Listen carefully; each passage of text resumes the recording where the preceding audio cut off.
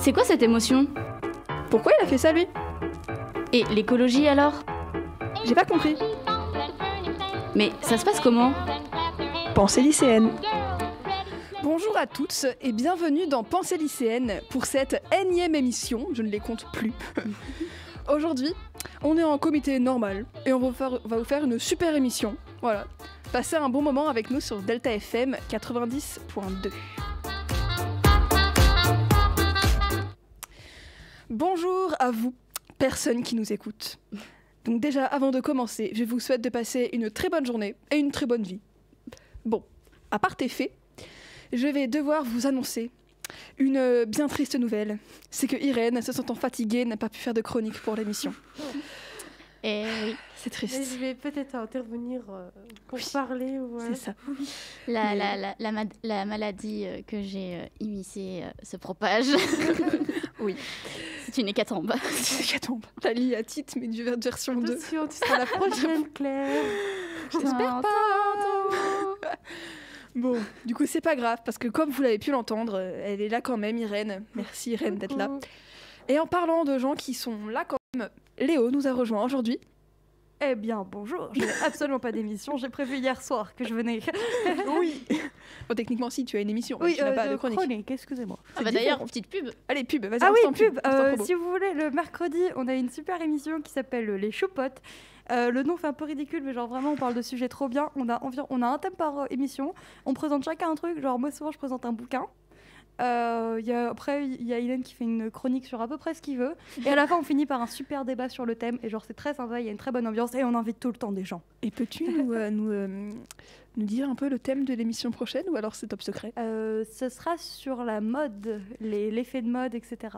En plus, je le sais parce que je vais y aller. Voilà, c'est ça. Elle fait genre, mais elle est au courant. C'est ça, je fais genre, mais en vrai, je suis quasiment à toutes leurs émissions, soit derrière la régie, soit au micro. Donc c'est en même temps, on n'a pas cours, c'est pratique. Oui. C'est après la récré de mercredi, donc je connais pas les autres. Juste avant l'espagnol. 10h15.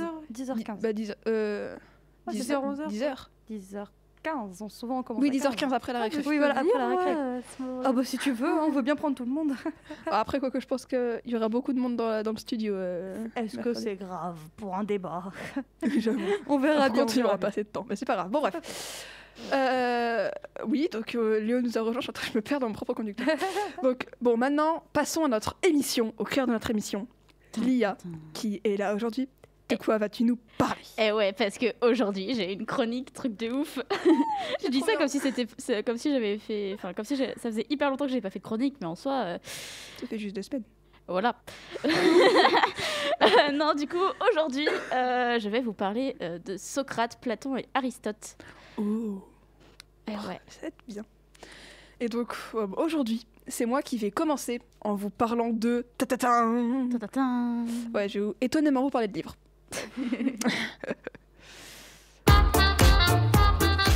J'avais perdu ma virgule. Bon, pour cette chronique, je vais parler d'un livre.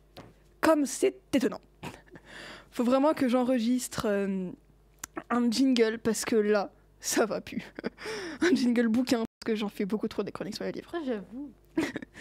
Bon, alors le livre dont je vais vous parler aujourd'hui s'appelle Le Pays des Contes.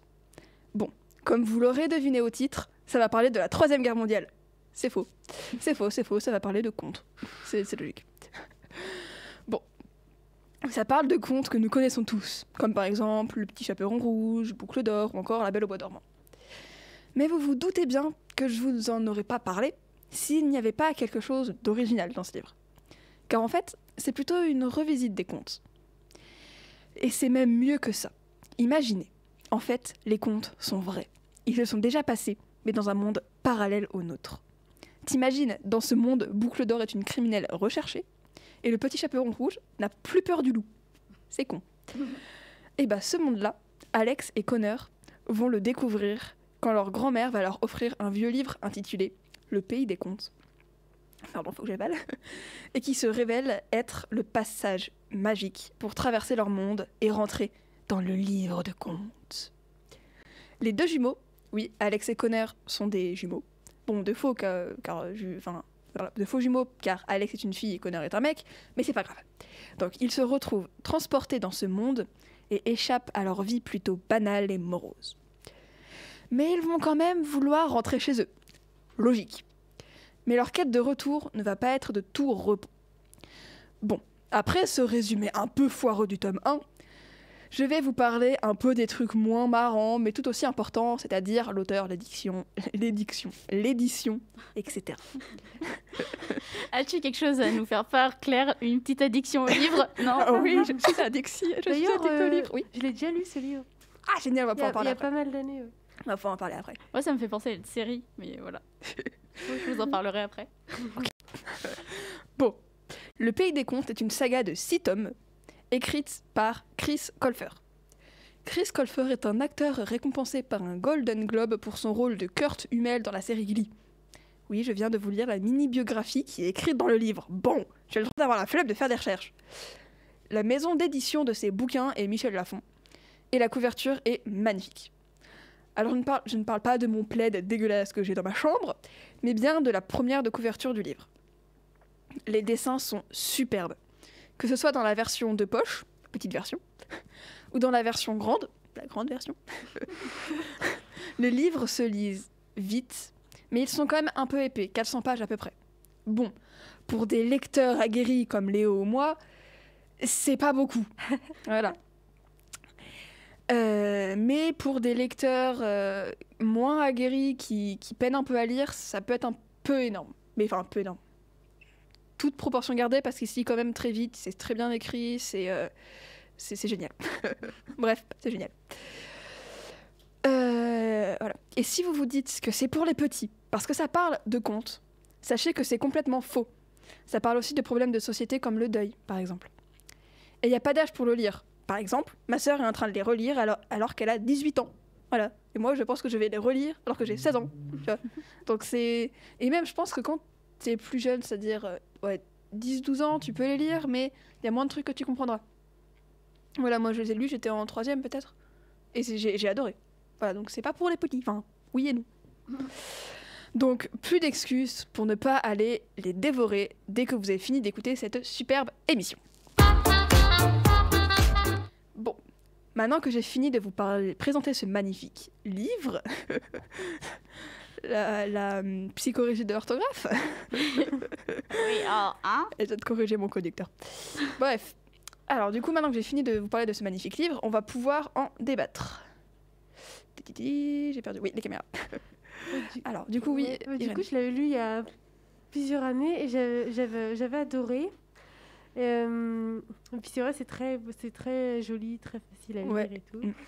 Et après, j'avais essayé de le relire, mais j'avais plus trop aimé. Je trouvais ça trop enfant pour moi. Bah, peut-être.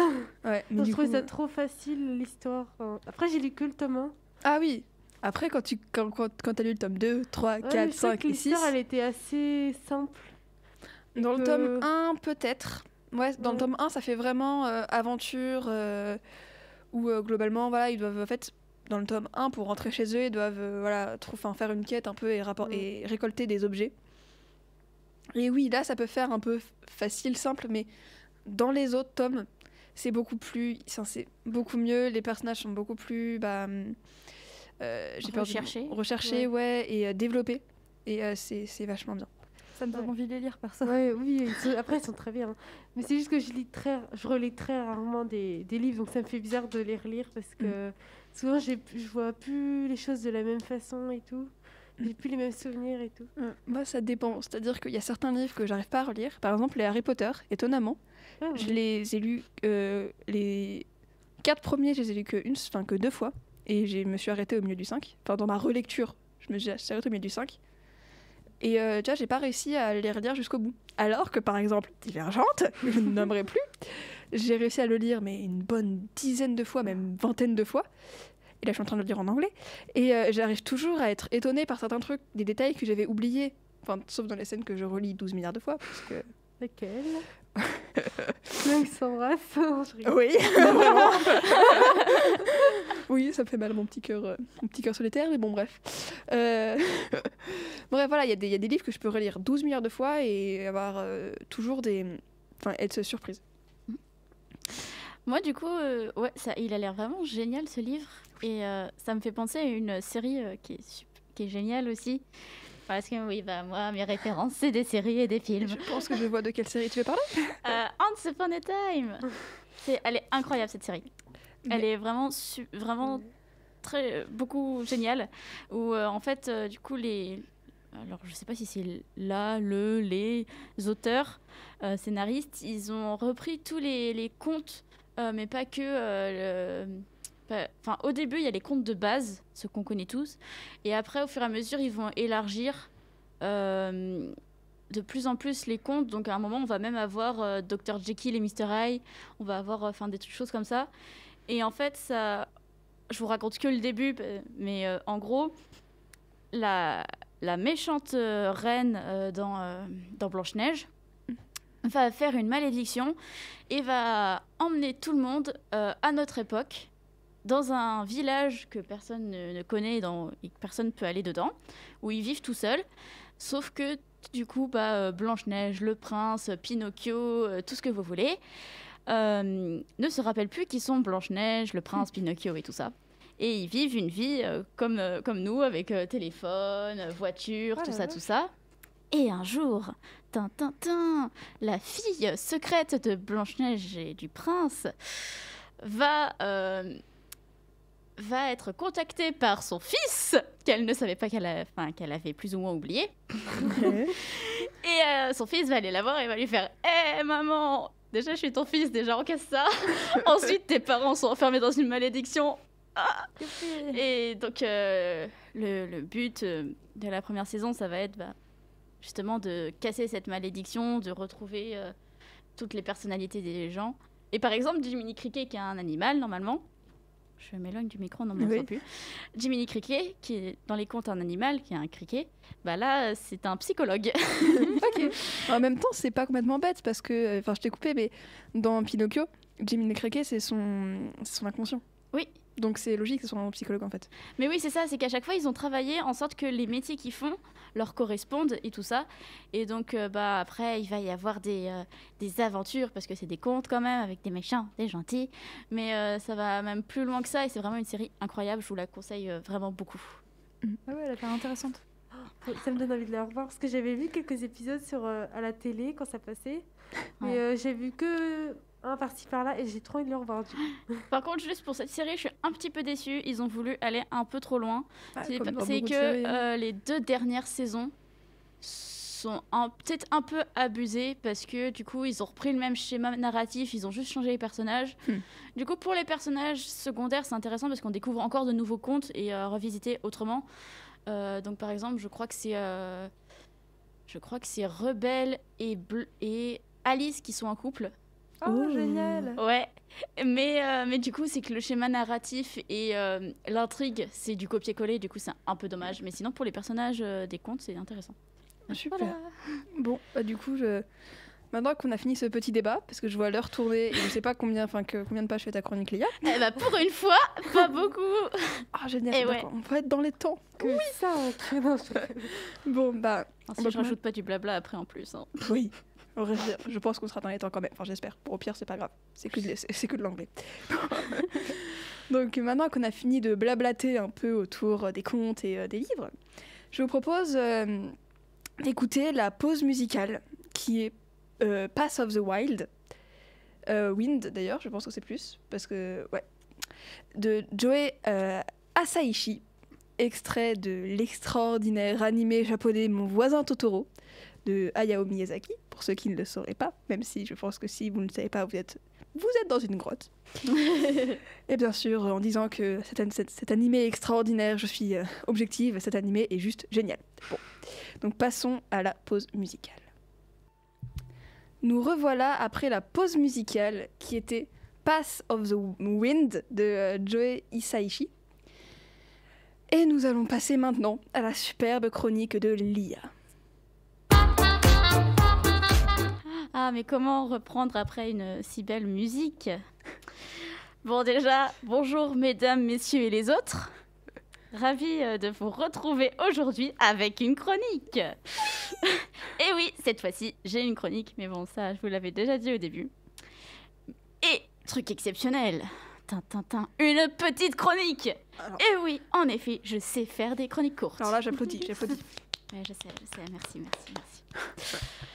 Non, mais bon, une chronique courte que j'ai réussi à faire en moins d'1 heure. Courte. Ah, bravo. Enfin, en moins d'1 heure et demie. Il a pas l'air très d'accord, En Léo. fait, en moins de 2 heures. En fait, peut-être en moins de 2h30 quand même. Non, mais je l'ai écrit relativement vite parce que c'est un sujet que je maîtrise. Et si elle dure plus longtemps, c'est parce que je maîtrise trop le sujet et que je vais blablater en plus de ce qui est marqué. C'est pas court, ça, Lia. Si, mais c'est que c'est. Non, mais c'est que. Regarde, t'as vu, je fais des sauts de ligne à chaque phrase déjà. Oui, mais Parce que court, c'est 2 pages, même en comptant les sauts de ligne. Oui, mais c'est écrit en 18. Bref, c'est qu'il voit mon ordinateur avec mon texte. Et donc, aujourd'hui, je vais vous raconter une histoire. L'histoire d'un homme pauvre, l'histoire d'un grand rhéteur, l'histoire de Socrate. Et puis Platon et Aristote aussi, parce que ils étaient copains. C'est juste un détail. C'est juste un détail. Bon, déjà. Socrate est un philosophe grec du 5e siècle avant Jésus-Christ. Il est notamment connu comme étant l'un des créateurs de la philosophie morale et un grand rhéteur. Oui, en effet, Socrate pratiquait fort bien l'art de la rhétorique, même si pour lui, la rhétorique n'est pas un art, mais un savoir-faire. Attention, pub, la rhétorique, émission 20. Et qu'il blâmait et condamnait la rhétorique. Ouais, c'est trop nul la rhétorique. Greu. Mais bon, on va pas se mentir, il parlait quand même vachement bien, Socrate. Il faut savoir que Socrate n'a laissé aucun écrit. Et oui, Socrate, bien qu'étant très sage et grave intelligent, ne savait pas écrire. Ouais, le grand Socrate était analphabète. Oh my god. Et en plus d'être analphabète, il était extrêmement pauvre. Il n'avait pas d'arbre à billets dans son jardin. Et réfléchir, même s'il réfléchissait très bien, ça ramène pas de la monnaie. Eh non. C'est pour ça que toute sa pensée et sa réputation furent transmises par des témoignages indirects. Et je vais y arriver aujourd'hui à parler ou pas? T'inquiète pas. Donc je reprends ma phrase pour être sûre que tout le monde ait bien compris. Vas-y. C'est pour cela que toute sa pensée et sa réputation furent transmises par des témoignages indirects. Bon, après, on a quand même des écrits venant du temps de Socrate. Car le filou se servait de ses disciples, comme Platon, pour retranscrire ses entretiens, ses conversations et ses pensées.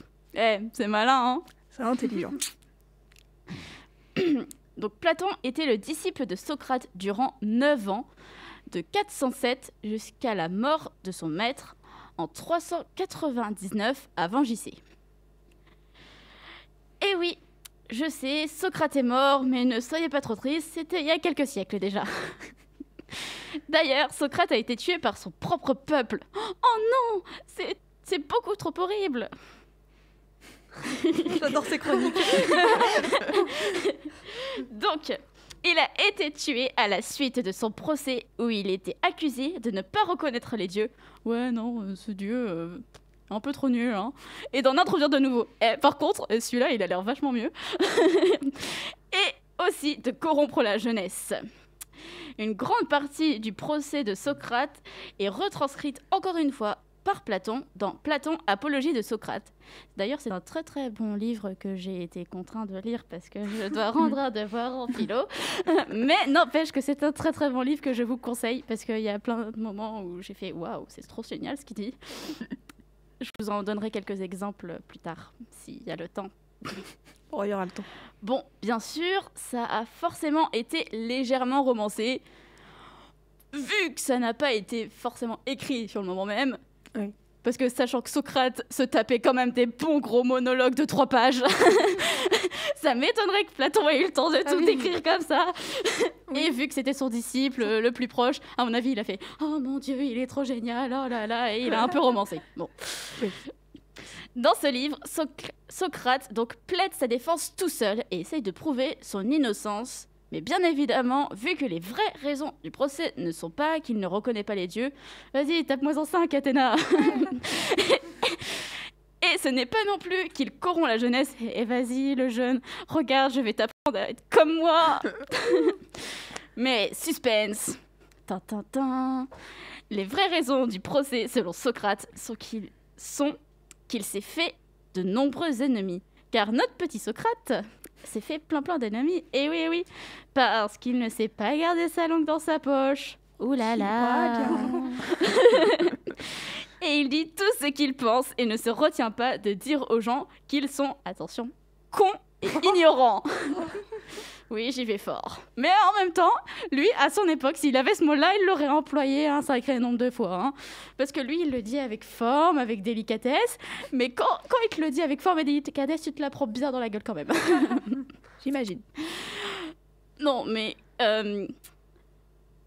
Du coup, ouais, il n'hésite pas à dire aux gens qu'ils sont cons et ignorants. Non mais regarde comment t'es trop débile. Tu dis n'importe quoi en fait, tu sais rien. Bon, avec forme et délicatesse, bien sûr. Tu fais très bien le Socrate en colère. Ouais, grave, t'as vu. Et même, il disait ça même aux hommes politiques et les hommes haut placés qu'il ne fallait pas fâcher. Donc à la fin du procès, Socrate est condamné à mort. Tintintin. Mort de Socrate. Chapitre 2. Chapitre, exactement. Donc après la mort de Socrate, Platon et attends, ils étaient 8, donc 7. Non, 6, ils étaient 7. Donc 6, ouais. Donc tout va bien. Donc Platon et 6 autres des disciples de Socrate reprennent sa suite et sa pensée pour créer des petites écoles, souvent nommées la pensée de Socrate ou Socrate gna gna gna, ou Socrate. Du coup, ils poursuivent sa pensée. Et là, drame à Athènes, désastre, oh mes dieux. Contre toute attente, Platon ne lègue pas sa succession, son école et sa pensée, etc. à son plus proche disciple, le disciple le plus ancien, Aristote. Et non, le fourbe. Alors celui-ci, Aristote, hein, parce que du coup, Platon, il est mort. Vu qu'il n'est vraiment pas content, bah, il monte sa propre école. Tatin, le lycée. Oh non. Le drame. En concurrence de celle construite par Platon à la mort de Socrate pour perpétuer sa pensée, la pensée de Socrate, parce que faut suivre. Hein. Et donc Aristote, fâché, monte son école et écrit des textes à l'encontre de la pensée de Socrate. Et donc aussi celle enseignée par Platon, vu que Socrate, il avait un disciple qui s'appelait Platon. À la mort de Socrate, Platon a repris la pensée de Socrate. Et Platon avait un disciple qui s'appelait Aristote.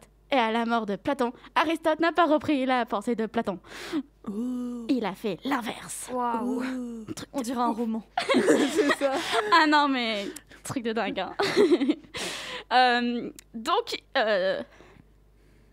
du coup, Aristote, et du coup, il disait l'inverse de ce que disait Socrate.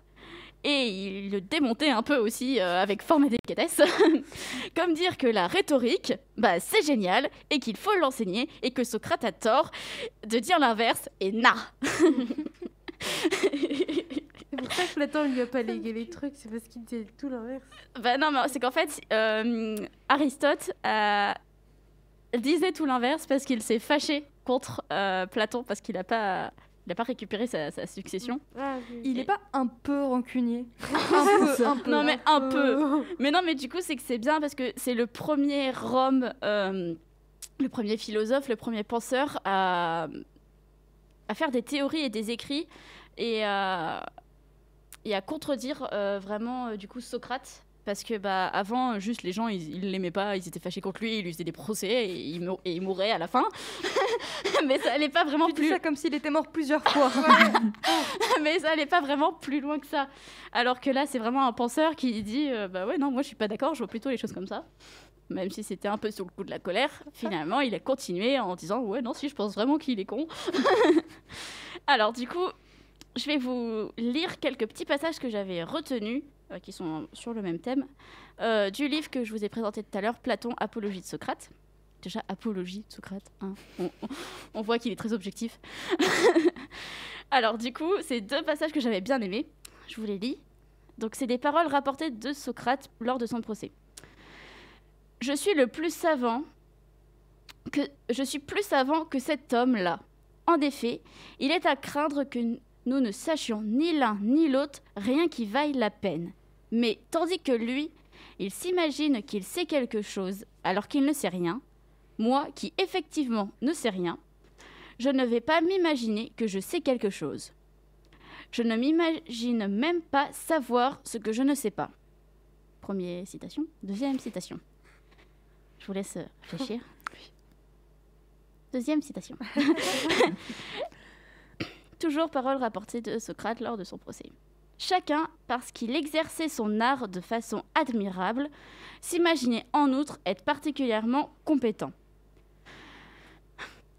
Ne serait-il pas préférable que je sois comme je suis, n'ayant ni leur savoir ni leur ignorance, plutôt que d'être comme eux, à la fois savants et ignorants. C'est quand il dit que les gens ils sont cons mais avec forme et délicatesse. Ah je suis pas fait pour la chelper. En gros, là, il dit que les gens, ils sont là, ouais, vas-y, regarde, moi, je sais trop bien faire ça. Oh, vas-y, moi, j'ai pensé à ça. Vas-y, moi, je sais. Et Socrate, il arrive, il fait, attends, je vais te poser 3, 4, 5 questions. On va voir comment tu réponds à ces questions. Et à la fin de ces questions, il fait, t'as bien vu que t'étais con? Ben, oui. Mais je suis pas content d'être con. Alors, creux. En gros, c'est ça. C'est que Socrate s'éclatait à aller voir les gens, leur poser des questions et prouver que finalement, ils ne savaient rien et qu'ils étaient cons. Et qu'ils pensaient savoir, mais qu'ils ne savaient rien. Alors que lui, il disait, moi, je sais pas, et puis ça me va, hein, comme ça. Mais pourquoi il faisait ça? Il détruit la confiance en l'autre personne. Non, faut pas en faire pour autant. Non, il détruisait pas la confiance en l'autre personne. Juste, il leur montrait, descends de tes grands chameaux. Tes grands chameaux. Regardez cette émission, descends de tes grands chameaux. Descends de tes grands chameaux, gars. Calme-toi. Tu n'es pas au-dessus de tout le monde parce que tu sais, alors parce que tu ne sais pas. Ah, c'est pas faux. Donc calme-toi et retourne apprendre. Je sais pas pourquoi, genre quand je dis comme ça, j'avais un peu l'impression qu'il pouvait venir voir n'importe qui. Genre là, Claire, tu es nulle en régie.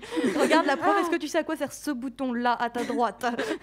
Non, mais c'était plus sur des débats philosophiques où en fait, il partait de l'idée de base de la personne qui l'interrogeait et par une suite de questions et de démonstrations subtiles, il finissait par faire dire à cette même personne l'inverse que ce qu'elle avait dit au début. Et il était fort en fait. Mais de ouf. Mais du coup, voilà, c'était ma petite chronique sur Platon, Socrate et Aristote. Ma virgule m'a surpris. Bon, du coup, merci beaucoup Lia pour ta chronique.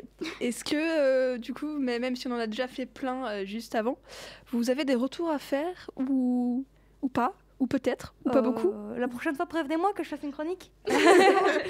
Et non, c'est bien.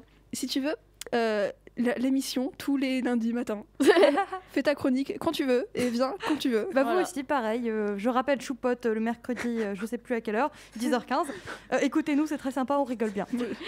Je viens, mais je fais même pas de chronique. Oui, non, c'est vrai. Mais tu participes au débat. Là, j'ai vraiment rien dit. J'étais en mode, oh, c'est bien ce que vous dites. J'ai juste une petite question, savoir si comment je parlais dans la chronique, ça le faisait ou pas. Ah oui, c'était super. C'était génial parce que c'était très marrant. Et le fait que ça soit pas une chronique qui fasse 12 pages, t'as aidé à faire une écriture beaucoup plus orale. Ouais. Et du coup, c'était plus sympa à écouter et plus aéré. Ouais. Parce que je me suis dit, Lia, t'es la pro des chroniques en mode Wikipédia, où je pourrais en fait parler sur Arte, je ferais la petite voix d'Arte.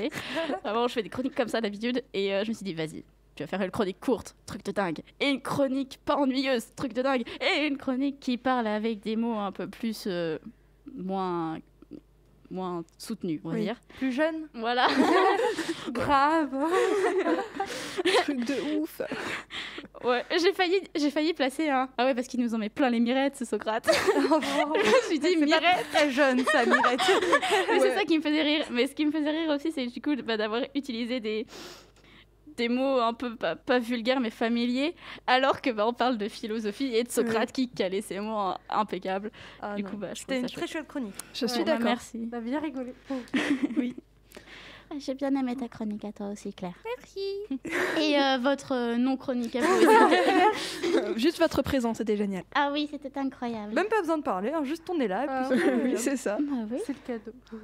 Bon, on peut dire qu'on clôt l'émission ? Oui. Bon, allez, générique. Eh oui, c'est déjà la fin de cette émission. Oui, je sais, c'est triste, mais rassurez-vous, nous serons de retour la semaine prochaine, à peu près à la même heure, mais sur les mêmes ondes, c'est-à-dire Delta FM 90.2. C'était Pensée lycéenne. Au revoir les amigos. Au revoir. C'est quoi cette émotion? Pourquoi il a fait ça lui? Et l'écologie alors? Mais ça se passe comment? J'ai pas compris. Pensée lycéenne.